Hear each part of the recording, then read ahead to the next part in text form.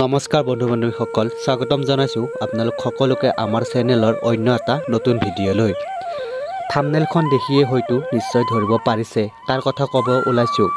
হয় বন্ধু-বান্ধৱীসকল, ক'বলৈ লৈছোঁ জনপ্ৰিয় ধাৰাবাহিক বেহাৰবাৰী আউটপোষ্টৰ সকলোৰে প্ৰিয় অভিনেতা কেকে দাৰ বিষয়ে।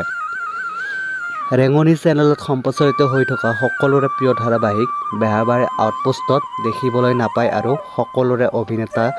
সকলোৰে প্ৰিয় অভিনেতাজনক। পুনৰ বেহাৰবাৰীৰ পৰা আঁতৰি গ'ল অভিনেতা সিদ্ধাৰ্থ শৰ্মা ওৰফে কেকে ছাৰ। ধাৰাবাহিকখনলৈ কেকে ছাৰ উভতি অহাৰ খবৰটোৱে দৰ্শকক যিমান আনন্দ দিছিল, আঁতৰি যোৱাৰ খবৰটোৱে আকৌ পুনৰবাৰ দুখবৰ দিছে।